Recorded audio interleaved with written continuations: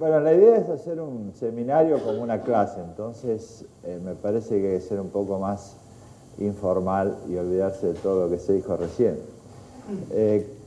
La idea es que expliquemos los grandes lineamientos de este proyecto que está en tratamiento en la Comisión Bicameral. Mi parte es referida al título introductorio y algunos temas más discutidos. Luego hay otros profesores que le van a explicar aspectos de otras partes del proyecto. Primero, una breve explicación informativa. Este proyecto fue elaborado, como todos ustedes saben, por una comisión. Esa comisión, a su vez, convocó a una gran cantidad de juristas.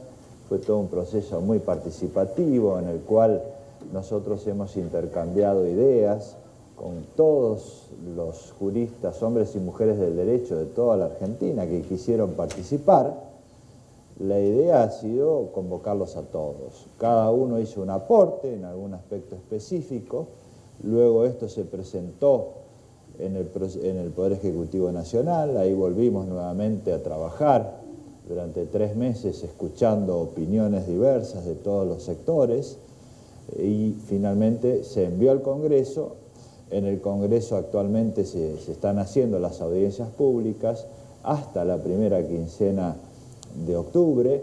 En la segunda quincena de octubre vamos a tener un trabajo conjunto en la bicameral del Congreso y nosotros para hacer ajustes conforme a todo lo que se ha escuchado en estas audiencias públicas. Tal vez les pueda hacer un resumen de las principales cuestiones y luego de ese dictamen de la bicameral, bueno, veremos qué pasa en el Congreso, si lo tratan o no lo tratan. Yo creo que lo primero que nosotros tenemos que entender es que este proyecto tiene en su concepción la idea de continuidad de los anteriores. Es decir, nosotros hemos tomado en cuenta todo lo que ha hecho la doctrina argentina y los proyectos anteriores. Pensemos que desde el proyecto de reformas del año 87 en adelante, por tomar el último periodo de reformas en la Argentina, en el periodo democrático, nosotros todos venimos trabajando en una cantidad de temas que más o menos están consensuados. Se tomó como base el proyecto del 98, luego hubo muchas modificaciones puntuales, pero básicamente la mayoría de los temas son los que ha tratado la doctrina. Al mismo tiempo, desde el periodo democrático hasta ahora, hay una gran cantidad de leyes especiales dictadas por el Congreso que han sido incorporadas y hay una gran cantidad de tratados internacionales que han sido incorporados. Por lo tanto, cuando uno examina este proyecto, si más o menos conoce lo que ha pasado en los últimos 30 años en el derecho en la Argentina, prácticamente el 80% de todo el proyecto son cosas conocidas. Y por eso es que la discusión no se da sobre este 80%. Hay un 20% de cuestiones en las cuales hay planteos y debates. Pero si ustedes toman, por ejemplo, todo lo que es la teoría del acto jurídico, todo lo que es obligaciones, la mayoría de los contratos en especial y demás, que sucesiones, es decir, no hay grandes discusiones y la mayoría de los temas son conocidos. Realmente creo que cuando uno se pone a leerlo y más o menos está al tanto de lo que ha ocurrido en la doctrina argentina, creo que no hay grandes sorpresas. Pero creo que sí es importante explicarles en qué difiere este proyecto respecto de los anteriores. Y hay sí varios cambios de paradigmas, de concepción, que obedecen a una circunstancia muy especial que ha vivido la Argentina, porque el último proyecto de reformas fue del año 98 y la Constitución Nacional recién había sido reformada y por lo tanto no pudo recibir en ese proyecto todo el caudal que produjo la inflación constitucional. Es decir, que este proyecto lo que hace es recibir todo eso que son toda la jurisprudencia, la doctrina que se elaboró y la legislación que se elaboró como consecuencia de la reforma constitucional. El otro gran cambio obedece a que hay cambios culturales y cambios de paradigmas en las concepciones que nosotros hemos introducido. Por lo tanto, hay diferencias importantes respecto del proyecto del 98. Yo les voy a comenzar a explicar en el título introductorio, que para nosotros ya el título introductorio es un gran cambio. ¿Por qué? Porque no es tradicional que los títulos introductorios tengan relevancia. Normalmente es algo que uno pasa muy rápido cuando comienza a leer un proyecto, y acá no es así. Es la parte central de este proyecto. El título introductorio es la puerta de entrada del sistema y es lo que nos permite comprenderlo. Por eso así pusimos algunas de las normas que son claves para entender cómo funciona todo el resto del código, sobre todo cómo está ordenado, las grandes categorías. Nosotros nos hemos preocupado mucho porque este proyecto sea comprensible, entendible por cualquiera. Fíjense que el lenguaje es un gran cambio respecto del proyecto del 98. Nosotros hemos cambiado el lenguaje para hacerlo más claro, utilizar el verbo presente, cualquier persona lo puede leer y entender. Y luego este título introductorio obedece a la necesidad de que empezar a tener algunas categorías claras para que todo esté relacionado y todo se entienda. Por eso este título introductorio es, por un lado, un núcleo de significaciones básicas y por el otro lado es una guía para el que quiere entrar al sistema de derecho privado a fin de comprenderlo, y desde el punto de vista del sistema jurídico es la articulación entre lo público y lo privado, porque el título introductorio, ya la Corte había dicho respecto del Código Civil que esa parte son principios generales del sistema, no solo del Código Civil. Acá son principios generales de todo el sistema de derecho privado que van a tener una fuerza expansiva y van a poder ser aplicados aún fuera, como ha sido doctrina en los últimos 30 años. ¿Cuáles son los principales aspectos de este título introductorio? En primer lugar, nosotros tenemos los primeros 3 artículos que son muy relevantes. ¿Por qué? En el primer artículo, el primero y el segundo, nosotros tenemos así una enunciación que es de gran importancia, porque establece el sistema de fuentes y los grandes criterios de interpretación. Nosotros teníamos hasta ahora, en nuestro sistema jurídico, que la ley es la fuente principal del derecho, la ley. Y como consecuencia de esto, el método principal de la decisión jurídica es el método deductivo y la subsunción. Esto quiere decir que cuando un abogado prepara un caso, cuando un juez resuelve, lo que hace es definir un supuesto de hecho, es decir, cuáles son los elementos del caso, y entonces busca la norma dentro de la cual está contemplado eso y se hace ese juicio de subsunción o silogismo y aplica la ley. Lo que ha ocurrido en los últimos años en nuestro sistema jurídico y en todo el mundo es que hay una pluralidad de fuentes. No es solo la ley, sino que hoy se trabaja con pluralidad de fuentes.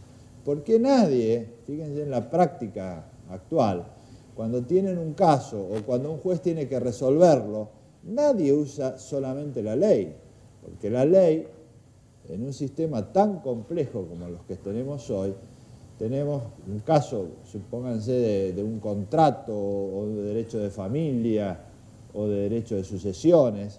Ustedes tienen los hechos, está la ley, pero esa ley puede entrar en colisión con otra ley.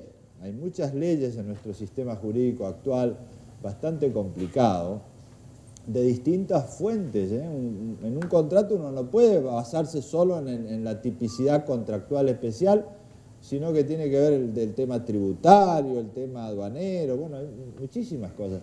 En familia pasa lo mismo. Entonces, está la ley, la Constitución, las costumbres, los tratados internacionales, todo esto ya se aplica hoy. Ustedes cuando analizan una sentencia de la Corte van a ver que se aplican todas estas fuentes. Hay pluralidad de fuentes y esto es lo que se consigna en el proyecto en el artículo 1. Es decir, nosotros tenemos un sistema con pluralidad de fuentes. Entonces la ley sigue siendo la fuente principal. Sigue siendo la fuente principal porque si nosotros tenemos un supuesto de hecho que está contemplado en la ley, lo primero que tenemos que hacer es aplicar la ley. Porque no podemos obviar la ley. Y esto que es algo tan sencillo y tan simple, en muchos casos no sucede. Nosotros vemos decisiones que directamente omiten la ley. Algunos la omiten sin declararla la inconstitucional. Y la Corte ha dicho que la inconstitucionalidad es la última ratio, es la última decisión a la cual tenemos que llegar. Hay que aplicar primero la ley, pero así se empieza, porque si no estamos decidiendo contra la ley, contra legem. Entonces, la primera fuente es la ley. Pero además hay que utilizar todas las otras fuentes y por eso se las menciona. Primera consecuencia de esto es que se menciona la Constitución y los tratados. Entonces, esta es la entrada al derecho privado de algo que la doctrina ha señalado y requerido durante muchos años, que es la constitucionalización del derecho privado.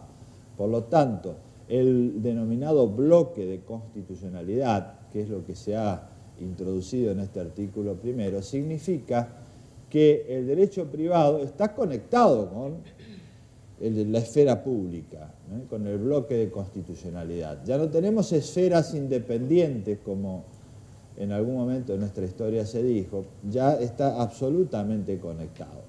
Entonces esto es muy importante porque a lo largo de todo el proyecto hay una fuerte aplicación de los tratados internacionales y del bloque de constitucionalidad en el derecho privado. Primera gran consecuencia, y esto es algo que ha sido muy consensuado y requerido en la doctrina. Segunda consecuencia, al haber pluralidad de fuentes, el método de la decisión judicial o de la preparación de un caso, si uno tiene que hacerlo como abogado o abogada, consiste en un diálogo de fuentes, que es una expresión que utilizó Eric James en Heidelberg, que se ha difundido mucho en el derecho comparado. Es decir, cuando uno tiene una descripción de un caso, normalmente tiene que poner de acuerdo a distintas fuentes. Cuando lo presenta el caso ante un juez, pónganse un caso de derecho de familia, cualquiera que ustedes imaginen, siempre hay una ley a la cual uno dice, acá está el supuesto de hecho, acá está la ley. Luego invoca un tratado internacional, luego invoca la Constitución, y la otra parte dirá lo mismo, se contradicen. Y entonces el juez cuando decide tiene que poner de acuerdo todo esto. Este diálogo de fuentes es una de las tareas que se cumple hoy cotidianamente en los poderes judiciales de todo el mundo. Algunos más apegados en algunos derechos, sobre todo algunos derechos más tradicionales, están muy apegados a la ley, pero es prácticamente inevitable hoy que en todo el mundo hay una pluralidad de fuentes. Imagínense en Europa, con la Unión Europea, hay una pluralidad de niveles de fuentes extraordinariamente compleja. Y nosotros hoy tenemos este bloque de constitucionalidad que es algo particular del sistema argentino. No todos los países tienen a los tratados de derechos humanos en la Constitución como fuente directa. Entonces aquí tenemos una primera cuestión. Hay pluralidad de fuentes, diálogo de fuentes y bloque de constitucionalidad.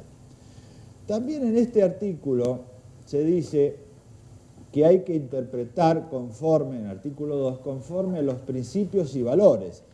Es decir, que no solo hablamos de reglas, sino también de principios. Esta es otra distinción que viene de la filosofía del derecho. Recordarán aquel debate Hart y Dworkin sobre principios y reglas, que hoy está muy difundido en todo el derecho comparado y que es muy importante para nosotros porque ya se aplica actualmente. nosotros diferenciamos los principios de las reglas. Las reglas son determinadas, son conceptos jurídicos determinados. Por ejemplo, si yo digo la velocidad máxima en la ruta es de 120 kilómetros por hora, esa es una regla, porque tiene un supuesto de hecho determinado.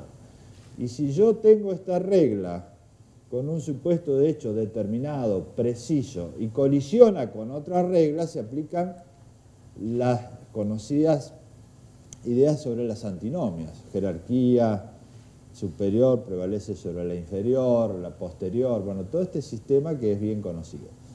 En cambio, si tengo principios, los principios son conceptos jurídicos indeterminados.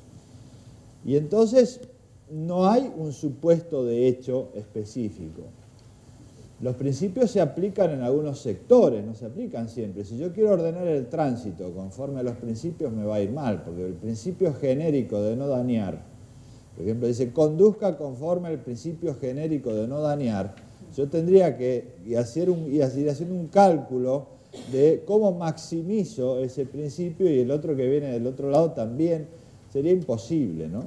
Entonces, hay una generalidad de reglas que están en el proyecto, están en todo el sistema, pero en muchos casos se aplican principios. Los principios son, conforme lo definió Alexis, mandatos de optimización, es decir, hacer algo en la mayor medida posible, compatible con otro principio. Entonces, cuando hay dos principios que colisionan, por ejemplo, la libertad de expresión con la privacidad, no hay aquí una colisión que se pueda solucionar con el sistema de antinomia de reglas. No prevalece el anterior, el posterior, uno no desplaza al otro, sino que hay que hacer un juicio de ponderación. Si yo protejo mucho la libertad de expresión, voy acotando cada vez más la intimidad. Si protejo mucho la intimidad, voy acotando cada vez más la libertad de expresión. Entonces, los fallos judiciales, cuando uno analiza la jurisprudencia, van a encontrar ponderación. En algunos casos, por ejemplo, si el funcionario es público, tiene menos privacidad y hay más libertad de expresión. Si es una persona privada, hay más protección de la intimidad que de la libertad de expresión. Entonces, ahí se ve claramente cómo es distinto el campo de los principios con el de las reglas. Esto está ya aplicado hoy en el derecho, pero no está expresado claramente en un sistema, y esto es lo que está en los artículos 1 y 2. El tercero establece la obligación del juez de resolver, que es el clásico non licet, que viene desde el derecho romano, pero acá se le agrega la obligación de resolver razonablemente. Y esto es una expresión que se agregó por dos razones fundamentales. La primera es por una concepción de la filosofía del derecho actual que tiende a que la decisión judicial no sea una decisión basada en las concepciones íntimas del juez, que es algo que ocurre con más frecuencia que la deseada, sino que tiene que ser decisiones basadas en el ordenamiento y controlables por parte del público y por parte de los abogados y abogadas que litigan. Por eso se le exige explicar la decisión judicial. Tiene que haber fundamentos.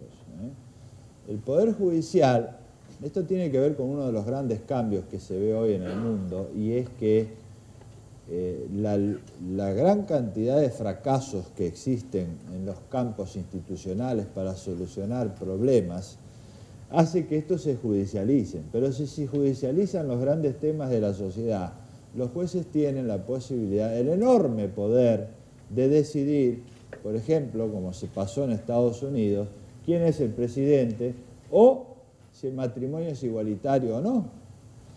Son decisiones que normalmente deberían ser de las mayorías, pero pasan a ser decisiones de las minorías, de los poderes contramayoritarios, los jueces y juezas.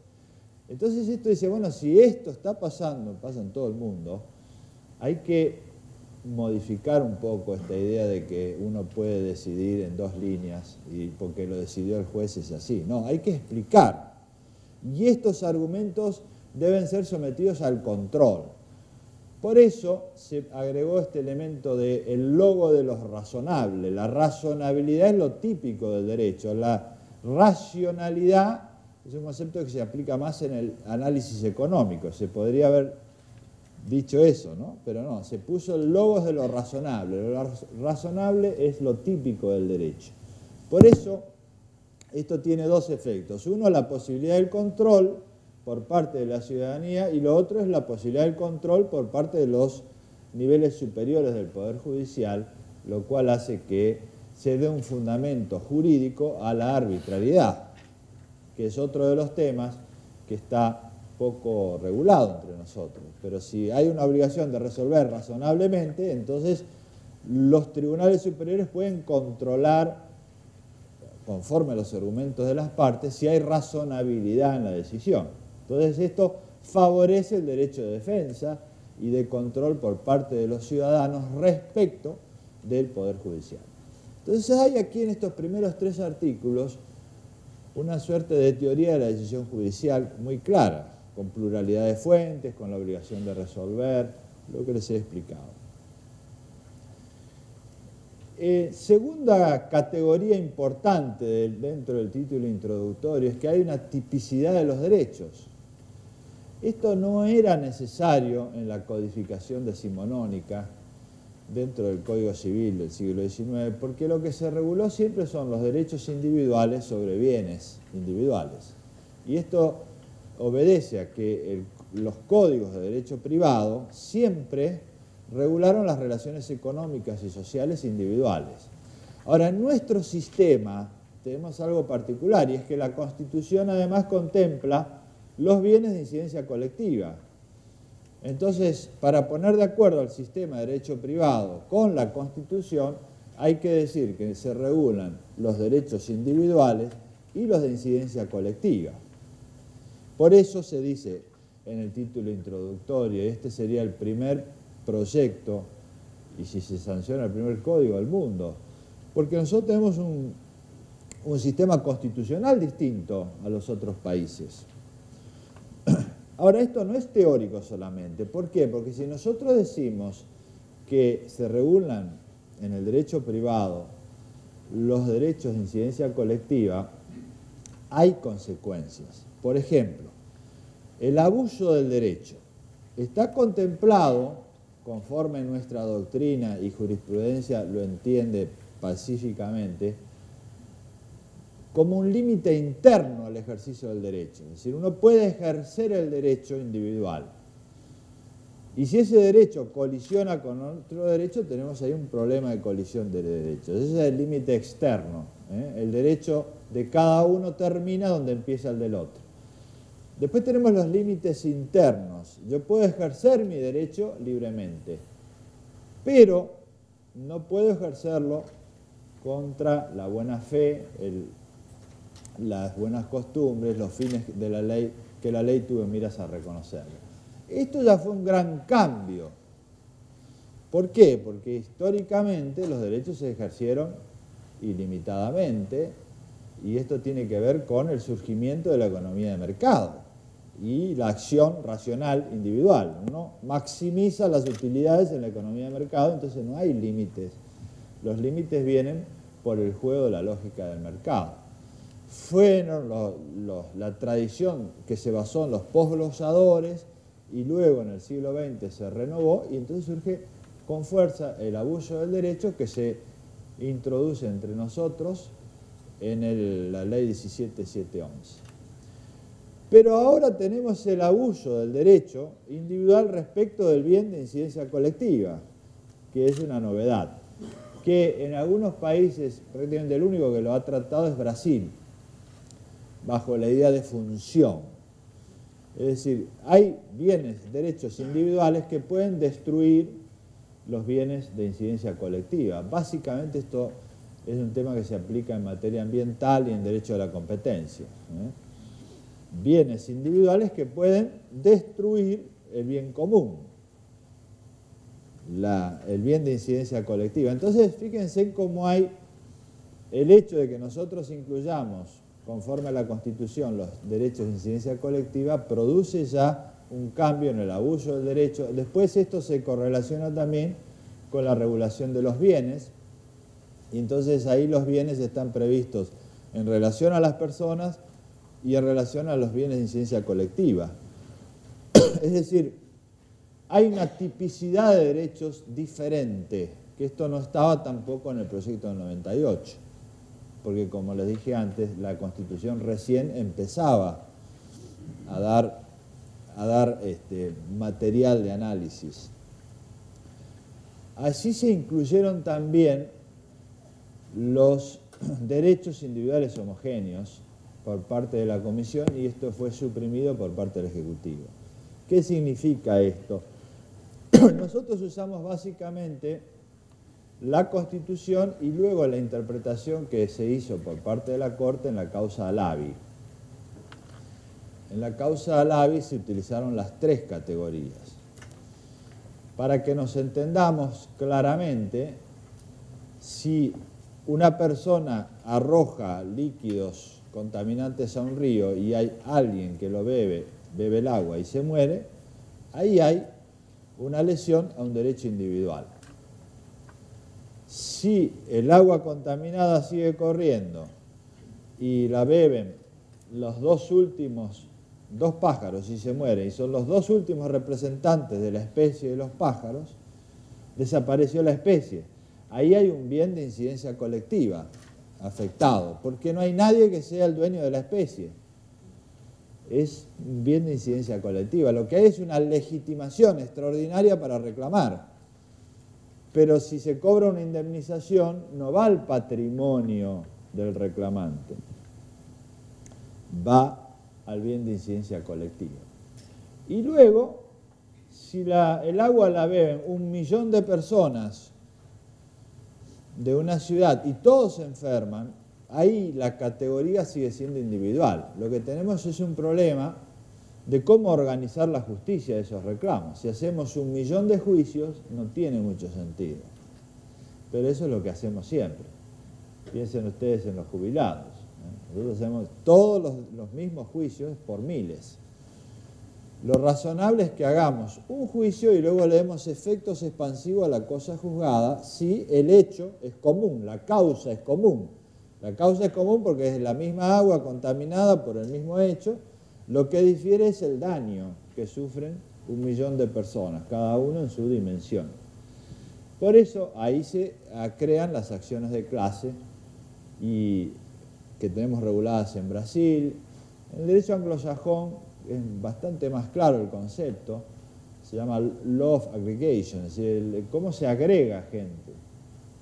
Es un problema de organización de la justicia en el restatement del American Law Institute. Es un problema de cómo se organiza el reclamo, y eso es lo práctico, ¿no? Bueno, se puede discutir si esto tiene que ir en un código o no. Es un tema opinable. Nosotros lo incluimos porque la idea era poner de acuerdo la Constitución, el derecho privado y el régimen procesal, para que quede más claro cómo está organizado un sistema jurídico. Por eso es que se incluyó en este artículo 14 y luego había una sección en materia de responsabilidad civil dedicada a esto para ordenar también un poco los reclamos en responsabilidad civil. El Poder Ejecutivo suprime esta parte cuando envía el proyecto al Congreso porque dice que esto debe ser materia de una ley especial que regule el amparo colectivo o las acciones de clase. Bueno, ahora el Congreso tendrá que decidir qué hace. Es un tema opinable y bueno, para eso están las opiniones ahora en el Congreso. Pero lo importante es que han quedado al menos 2 categorías. Entonces ya no tenemos un sistema de derecho privado diferente a la Constitución. Tendríamos un sistema de derecho privado que contempla 2 tipologías de derechos. Luego tenemos los bienes, también previsto en este título preliminar.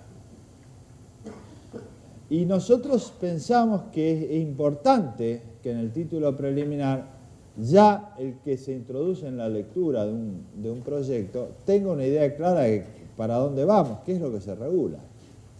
Si tenemos dos tipos de derechos, la tipicidad de derechos, tenemos que saber a qué se aplican. Entonces, hay una cosa que todos sabemos, se aplica en el derecho privado a los bienes patrimoniales. Esta es toda la historia del derecho privado, desde que surge la economía de mercado al menos, la Revolución Industrial, 1750, el Código Civil francés de 1804, desde ahí en adelante todas las codificaciones se han basado en regular la titularidad individual, una persona física o persona humana como la llamamos ahora, y una persona jurídica individual sobre un bien de contenido patrimonial. Los bienes extrapatrimoniales tuvieron siempre un lugar marginal y justamente la misma definición lo dice, extrapatrimoniales, una definición negativa. El centro, la base fundamental, el campo más amplio de regulación son los bienes patrimoniales. Bueno, nosotros pusimos esto, que es obviamente lo tradicional y lo que corresponde. Entonces hay bienes y cosas. Hay un derecho patrimonial, los bienes son los de contenido patrimonial, están las cosas, materiales y inmateriales, y esta definición se correlaciona con la definición de bienes que está en el libro primero y todo el libro cuarto, que son los derechos reales. Entonces, por eso ustedes ven título preliminar, la parte general y los derechos reales. Además de esto, nosotros incluimos otras categorías que ya están en el ordenamiento argentino, pero no en el código.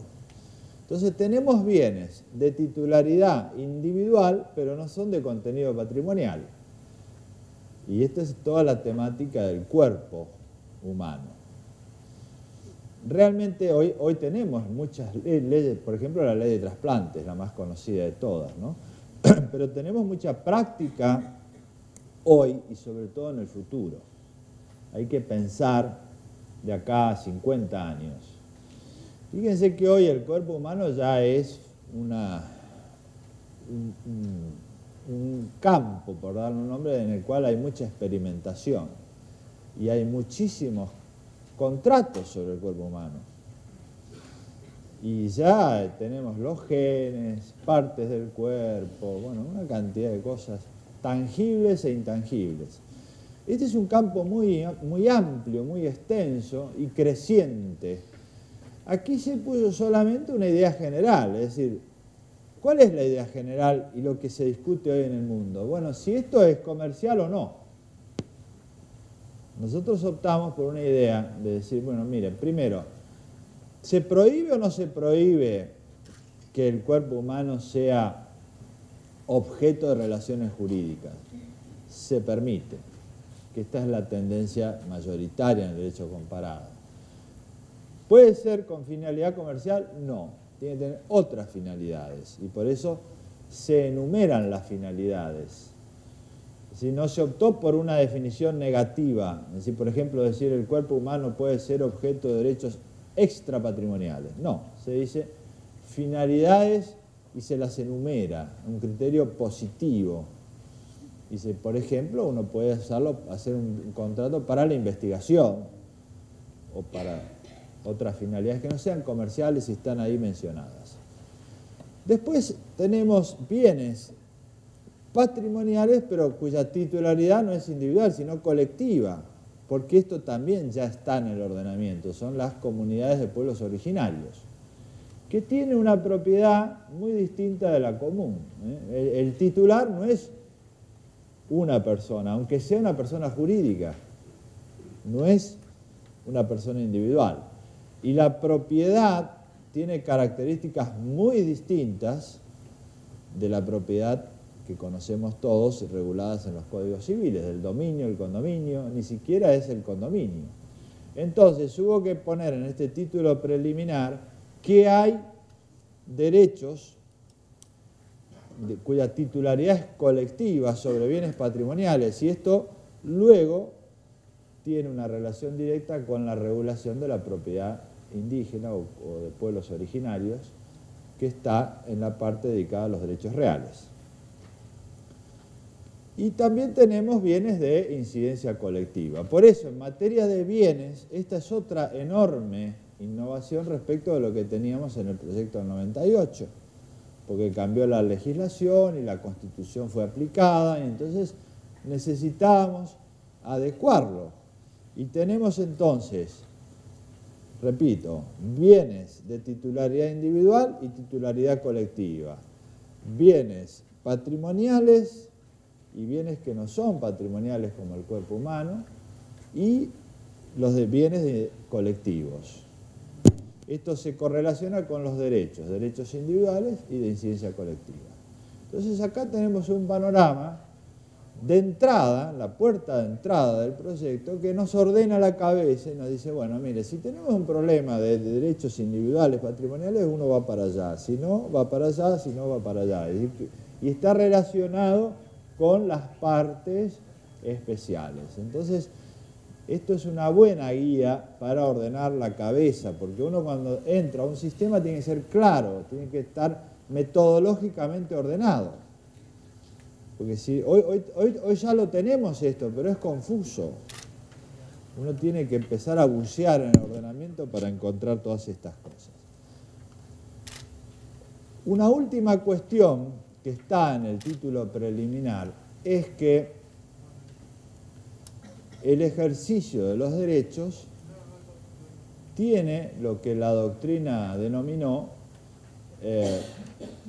un control de sociabilidad.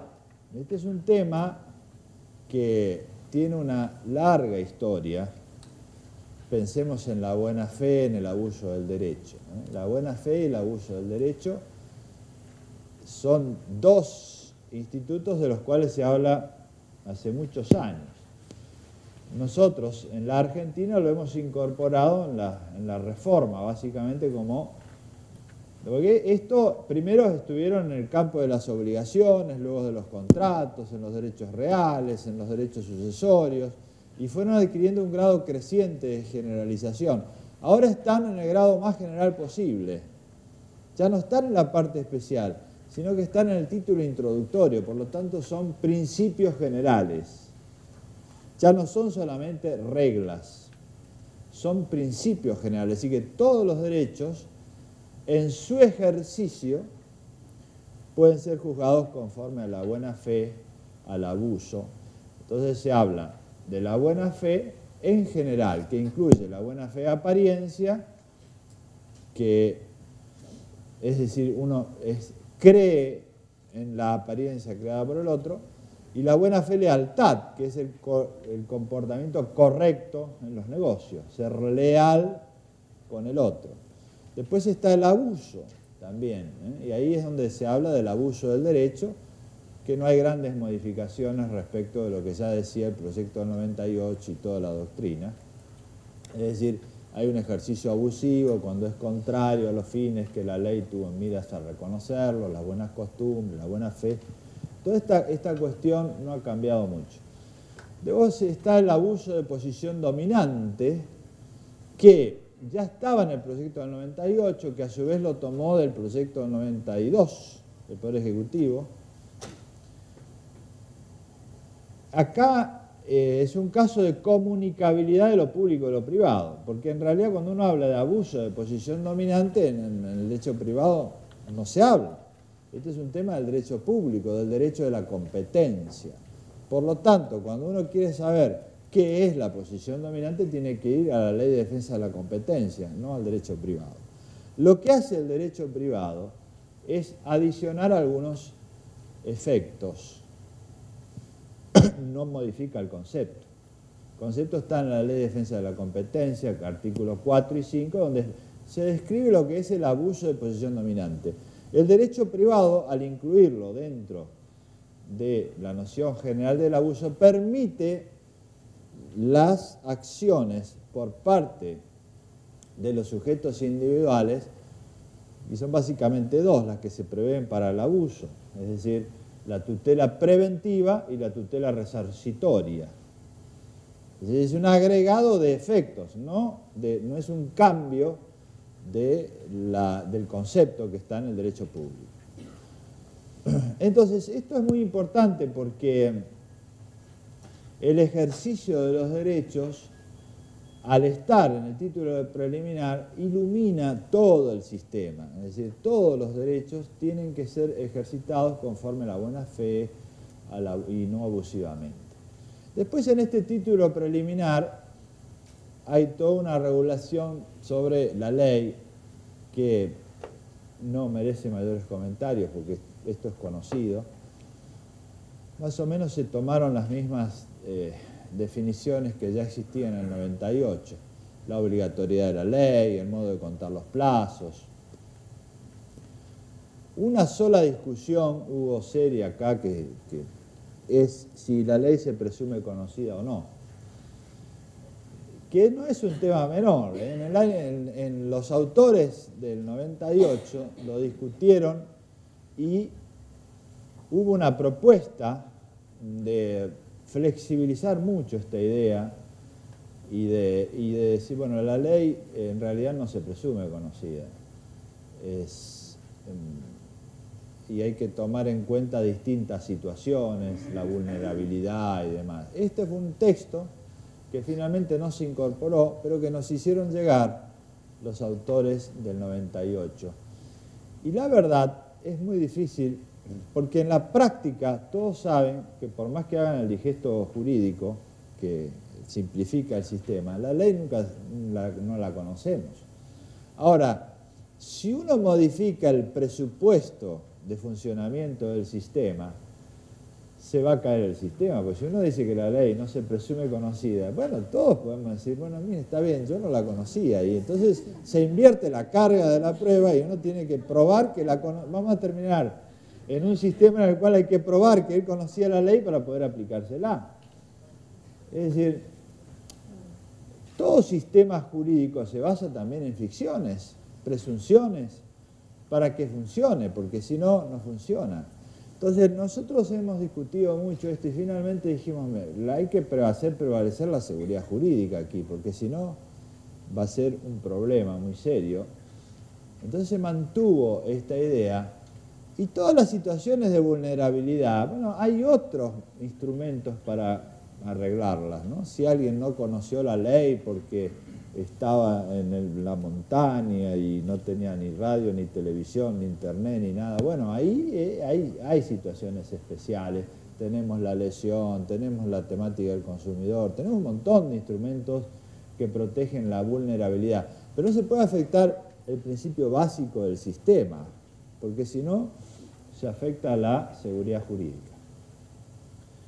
Entonces, yo creo que este título preliminar es fundamental para que nosotros entendamos el resto del sistema y creo que va a dar mucho que hablar este título si luego tenemos sanción. Yo dedicaría esta segunda parte a hablar de algunos de los temas que más se discuten en las audiencias públicas y además porque más o menos son los mismos temas los que se discuten siempre, no son 10 o 15 temas en los cuales hay discusión. Y es bueno que exista discusión, porque sería absurdo pretender que todos nosotros tengamos una coincidencia sobre tantos temas. Esto sería pretender una sociedad pasiva, una sociedad en la cual nadie opine, y esto no es lo que queremos. Nosotros queremos que todos opinen, y es bueno que haya discusiones, y es bueno que la inteligencia colectiva siempre es superior a la inteligencia individual, y permanentemente hay que hacer ajustes, y ahora se seguirán haciendo. Hay muchos temas, los de familia van a ser tratados en especial, así que los voy a omitir, porque va a haber una dedicatoria muy especial a los temas de familia. Perdón. Un tema que se discutió fue, que es importante porque hace a la macroeconomía, es el tema de las obligaciones de dar sumas de dinero. Nosotros, para hacer una brevísima historia, en la Argentina tuvimos un sistema que era el del Código Civil.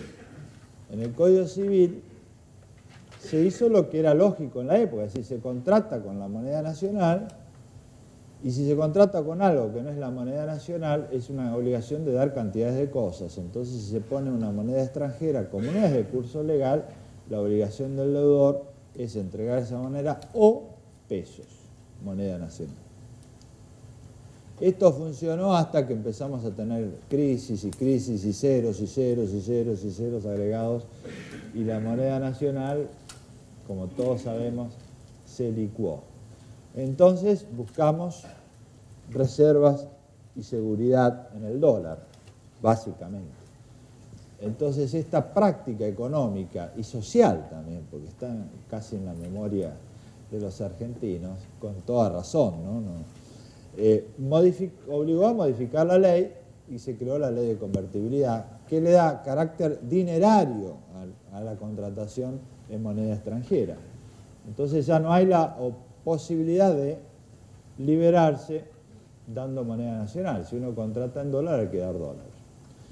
Este sistema de la ley de convertibilidad es el que nosotros tomamos e incluimos en el proyecto, porque estaban todos los proyectos anteriores.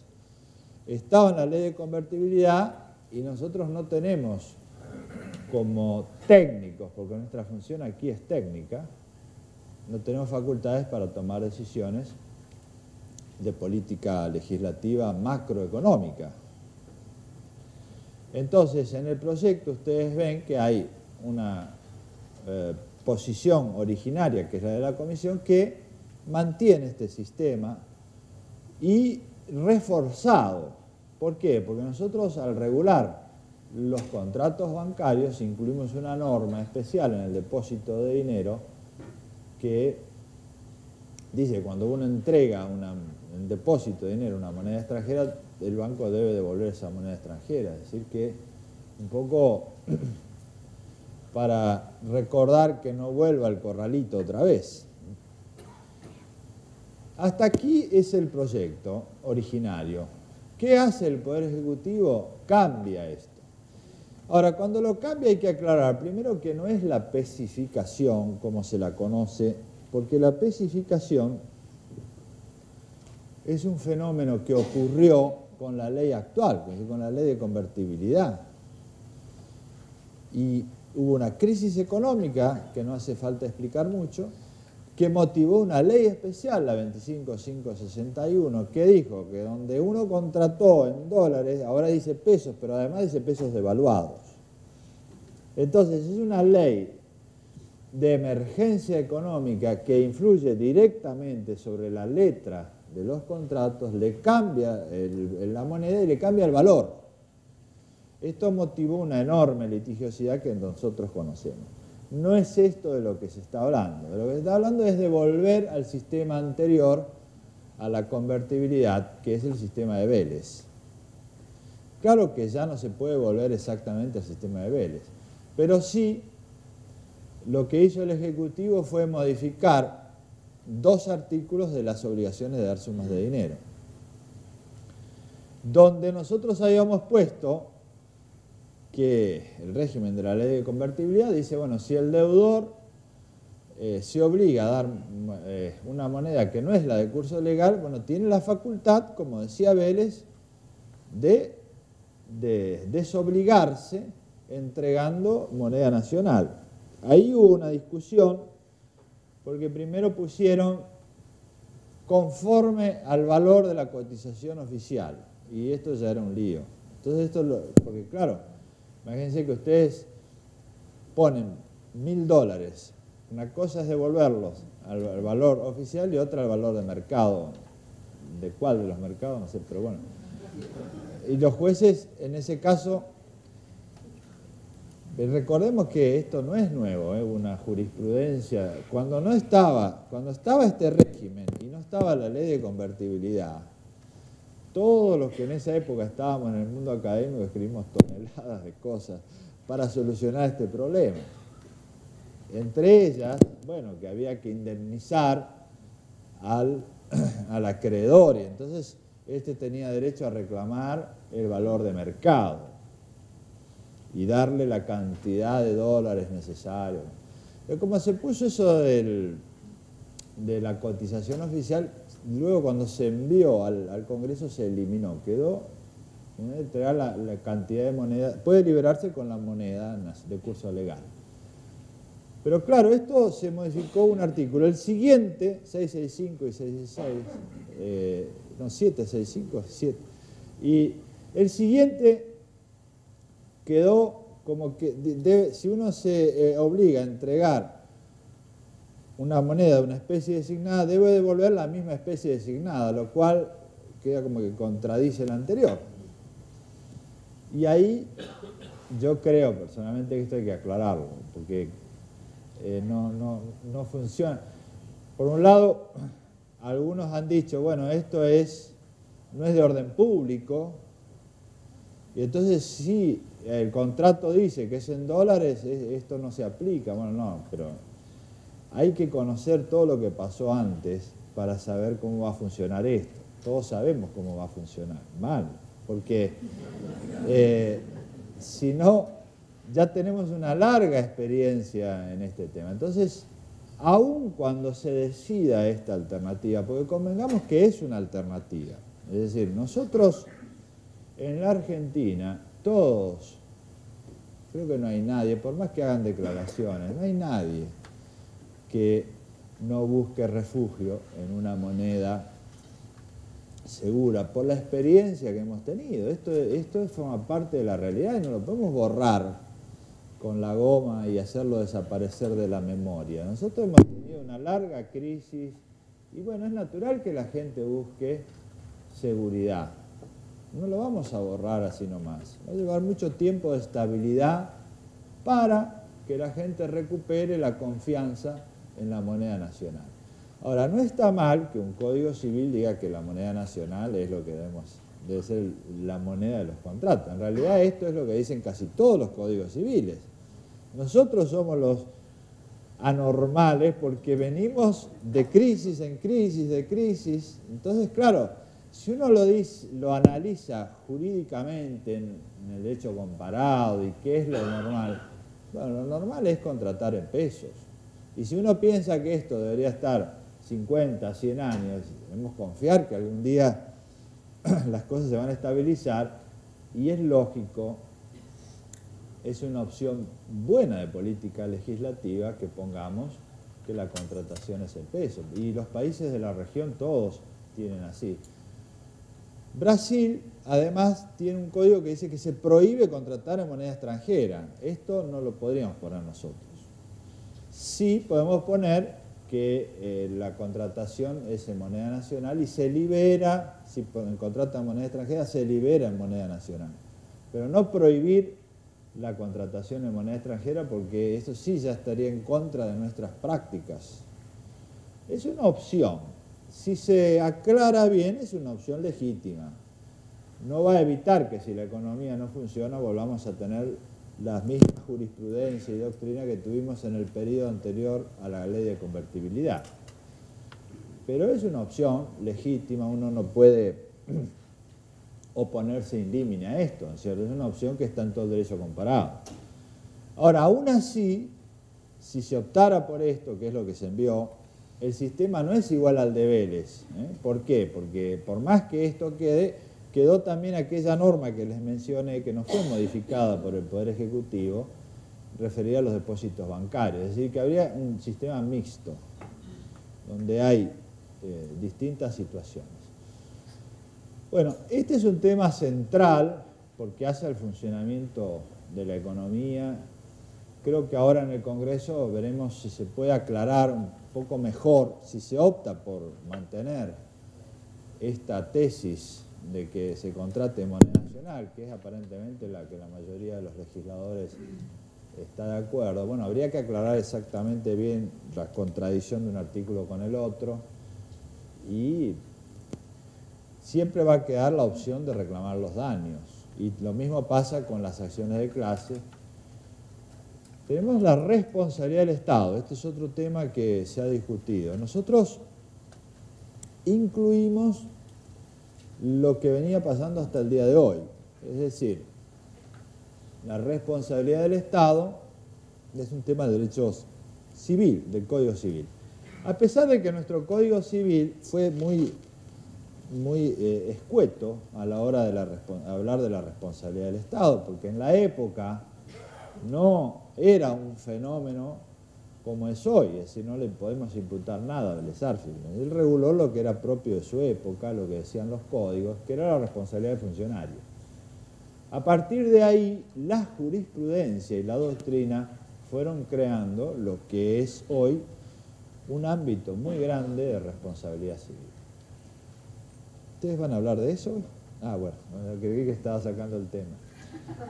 Entonces, nosotros incluimos lo que dijo la jurisprudencia y la doctrina. Es decir, hay una responsabilidad del Estado por actos lícitos que está fundada en aquel fallo de la Corte en el cual se hizo una obra pública, un dique, se inundó un vecino, el campo de un vecino. Entonces la Corte, ¿dónde fundó? No en el Código, en la Constitución. Dijo, hay un desigual reparto de las cargas públicas, por lo tanto, este señor, que como consecuencia de una obra lícita se le inundó el campo, tiene derecho a la indemnización. Después está la responsabilidad por actos ilícitos, donde la Corte reiteradamente durante muchos años dijo que hay aquí una falta del servicio.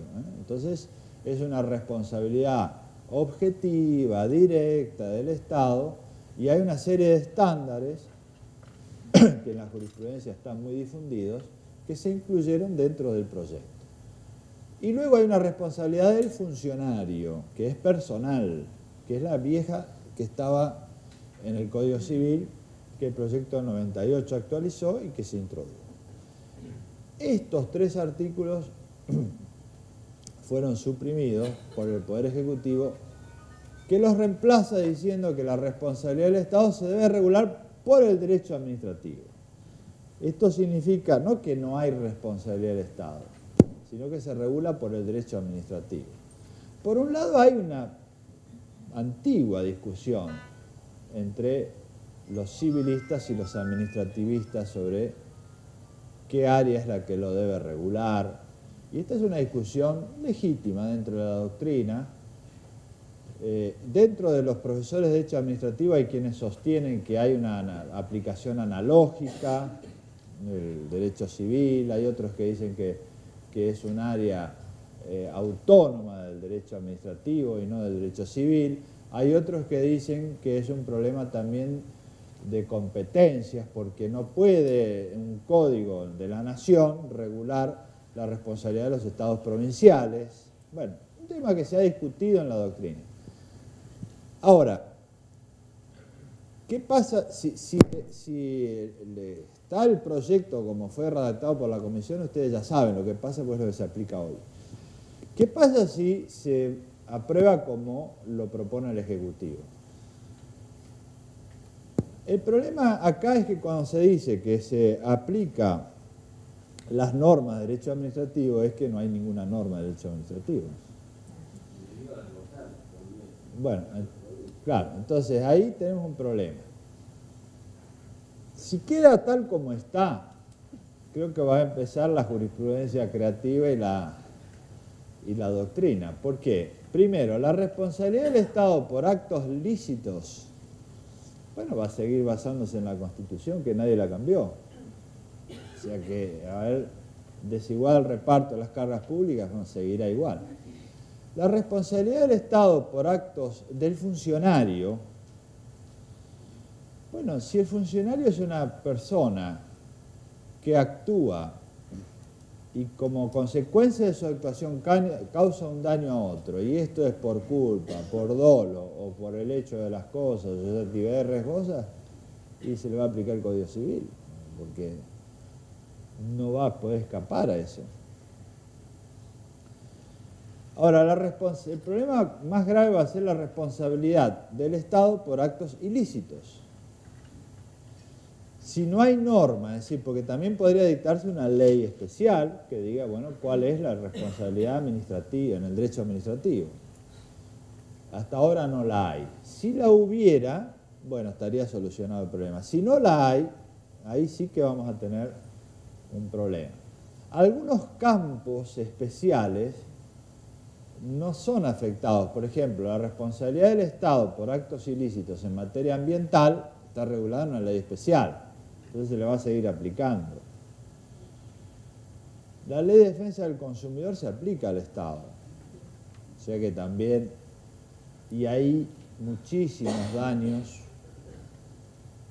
se van a poder aplicar. Entonces ahí va a haber una discusión fuerte, porque esto no quedó hasta hoy, venía así, pero si no está claro, va a haber una discusión fuerte. Es decir, lo que nosotros vemos es que esto debería aclararse un poco más, cualquiera sea la decisión que tome el Congreso. Si dicen que va a ser de derecho administrativo, debería haber una ley clara que establezca cuál es la responsabilidad del Estado.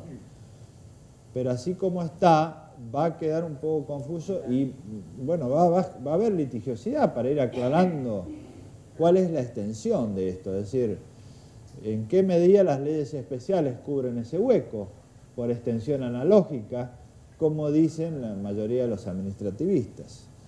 Sí, podrán decir, es del derecho administrativo, pero ¿qué se aplica en el derecho administrativo? Bueno, por analogía, lo que está previsto en otras normas, si no hay una norma especial. Esto lo han dicho muchos administrativistas. Entonces, bueno, si esto es lo que queda, que no es lo mejor, obviamente, lo que nosotros pensamos lo mejor es lo otro, pero si esto es lo que queda, va a haber que trabajar en esa dirección. Entonces, responsabilidad del Estado es otro tema que se ha discutido. Yo creo que hay que terminar 10:30, ¿o no? ¿Sí? Bueno, una cuestión más que les quiero explicar que se discutió en estos días. Hay más o menos unos 10 o 12 temas que están en discusión, pueblos originarios, en los cuales, en realidad lo que pasa muchas veces es que un sector quiere toda una temática dentro del código, y no se puede poner toda una temática dentro del código. El código regula las relaciones de derecho privado. Entonces, claro, toda la temática de los pueblos originarios está en la Constitución y está en la ley especial. Pero luego el código regula lo que pueden hacer los pueblos originarios en las relaciones civiles. Por eso se los regula como persona jurídica y la propiedad comunitaria indígena. No quiere decir que todo lo demás no esté regulado. Bueno, esto está bastante aclarado, creo que hoy ya no hay ni siquiera discusión. Después hubo algunos planteos específicos sobre la prescripción en las acciones. Si se extiende la prescripción por un fallo de la Corte Filcrosa a los cobros que hacen las municipalidades. Bueno, todo esto se puede aclarar ahora si hay dudas. Yo siempre pienso que por más que yo no tenga dudas cuando leo, porque conozco todo el sistema, si alguien lo lee y tiene dudas, entonces hay que aclararlo. ¿Por qué? Porque si no va a haber litigiosidad, entonces hay que aclararlo, es mejor. ¿No? ¿Y qué problema tenemos en aclararlo? Yo no sé por qué mucha gente discute que esto sí, que esto... Bueno, a ver, ¿cuál es la duda? Y lo aclaramos, porque si no, estos proyectos tienen que ser para que todo el mundo los entienda bien y generen la menor cantidad de conflictos posibles. Hay muchísimas normas que nadie ha dicho nada. Fíjense que toda la categoría de contratos especiales, no hay... Son muchísimos, no es que hay uno, muchísimos. Y se ha cuestionado el arbitraje, por ejemplo. Bueno, nadie dice acá que el Estado esté obligado al arbitraje. El Estado se obliga al arbitraje por tratados internacionales que ha suscrito y que lo llevaron al CIADI, y estos son los tratados de inversiones. Ahora, nadie en el Estado firma un contrato así a la ligera. Nadie en el Estado puede someterse al arbitraje en un contrato sin pensarlo, con ligereza. Esto no tiene relación con la realidad. Está previsto como un contrato, no está previsto como una norma procesal obligatoria. Es un contrato. Y la verdad es que cuando uno hace un contrato, normalmente esto se aplica a las actividades empresarias y comerciales. Y la Argentina tiene un déficit muy grande en esta materia. muy grande. Y tenemos que pensar que países como Brasil, como Perú, tienen mucho más arbitraje que la Argentina. Es una vergüenza, porque en realidad esto favorece la actividad empresaria, baja los costos, descongestiona la justicia. Y es un contrato, uno lo suscribe o no. Pero no es una catástrofe mediante la cual se va a entregar la soberanía nacional. O sea, esto creo que hay que enfocarlo correctamente. Nadie discute en el mundo que pueden celebrarse contratos de arbitraje. Otra cuestión que se ha planteado en el día de ayer fue el tema de las cajas de seguridad, que bueno, me parece que no es una gran cuestión, porque está claro que hoy no tenemos una regulación contractual de las cajas de seguridad. Y esto motivó un reclamo de la doctrina. Hace muchos años que se dice que es un contrato atípico, que habría que regularlo, que esta idea de que es un alquiler de cajas no funciona, porque en el alquiler, la locación, uno no se hace responsable de la seguridad de las cosas que tiene el locatario. Esto es una cosa que no funciona en la locación en las cajas de seguridad. Por eso, en el proyecto del 98 ya se los había incluido, pero con una visión mucho más limitativa de la responsabilidad de los bancos. Nosotros hemos acentuado la responsabilidad del banco para responder a lo que dice la jurisprudencia y obviamente a las demandas sociales. Por eso se dice que es un contrato, pero además se establece cuál es la extensión de la obligación de seguridad, que es el tema en el cual hay jurisprudencia y discuten en los casos. Entonces, si el banco responde por la integridad de las cajas, sí, obviamente, la integridad de la caja. ¿Responde por lo que hay adentro de la caja? Sí. ¿Responde por lo que hay afuera, es decir, por todo el edificio? También. Esto se ha discutido en la jurisprudencia. La respuesta es afirmativa y por eso el proyecto dice que a la obligación de seguridad no se puede eximir el banco diciendo, bueno, yo cuido la caja pero no el edificio. Sí, la idoneidad del edificio para dar seguridad forma parte de su obligación de seguridad. Ahora bien, ¿esto se puede limitar esa responsabilidad? Pero por supuesto nadie ha discutido que se pueda limitar, porque si ustedes ponen una responsabilidad ilimitada, no es asegurable. Y si no es asegurable, no funcionan los sistemas. Es decir, acá hay que pensar una racionalidad en cada sistema para que pueda funcionar. Entonces hay que habilitar el pacto de cláusulas limitativas, que ya existe. Porque los que se quejan de esto, en realidad la doctrina no lo cuestionó nunca esto, ¿no? Pero hoy uno va al banco y dice ahí, en un cartelito y en todos los formularios que firma, que hay limitaciones. Ningún banco ni un hotel se obligan ilimitadamente. Lo que sí hace el proyecto es aclarar un poco que no son todos los casos iguales. El banco puede poner, primero, no puede poner una cláusula que la exime totalmente de responsabilidad. Puede limitar el monto, pero no eximirse totalmente. Puede limitar el monto para que sea asegurable, porque si uno pone un valor de millones y millones de pesos adentro de una caja, el banco no lo sabe y después uno prueba que lo puso, bueno, ahí esto hace el equilibrio contractual. Tiene que haber un límite para garantizar la asegurabilidad. ¿Qué pasa si ese límite es demasiado bajo o es irrazonable o desnaturaliza las obligaciones del contrato? Bueno, es una cláusula abusiva. Por eso se dice ahí que la limitación no puede desnaturalizar el contrato. Y si es un consumidor, se aplican las normas de cláusulas abusivas en los contratos de consumo. ¿Esto por qué? Porque en las empresas normalmente contratan con los bancos y uno sabe el movimiento económico que tienen las empresas, puede tener una caja de seguridad. Entonces, si la cláusula limitativa desnaturaliza, si es contraria al vínculo que tiene la empresa con el banco, es demasiado baja, bueno, ahí se puede cuestionar. Y si es un consumidor también, persona física o jurídica entre las relaciones de consumo. Pero además se agrega que se puede, otra cosa que se discutió mucho en la jurisprudencia, que se puede probar por cualquier medio. Entonces, esto facilita que la prueba sea mucho más accesible, porque hay muchísimos problemas en esta materia, ¿eh? Se exige la prueba documental. Entonces creemos que en esto la doctrina no ha hecho mayores cuestiones, es un tema más bien de, a veces sale algo en los medios, pero no es un tema que se esté discutiendo realmente en la comisión bicameral. En la comisión bicameral básicamente ahí están estos temas de familias que se discutirán, que ustedes van a escuchar en este seminario, y fuera del derecho de familia, bueno, está esto de la responsabilidad del Estado, que es un tema, las obligaciones de dar sumas de dinero, y después hay algunos aspectos específicos, muy puntuales, como es este de la prescripción y algunos otros.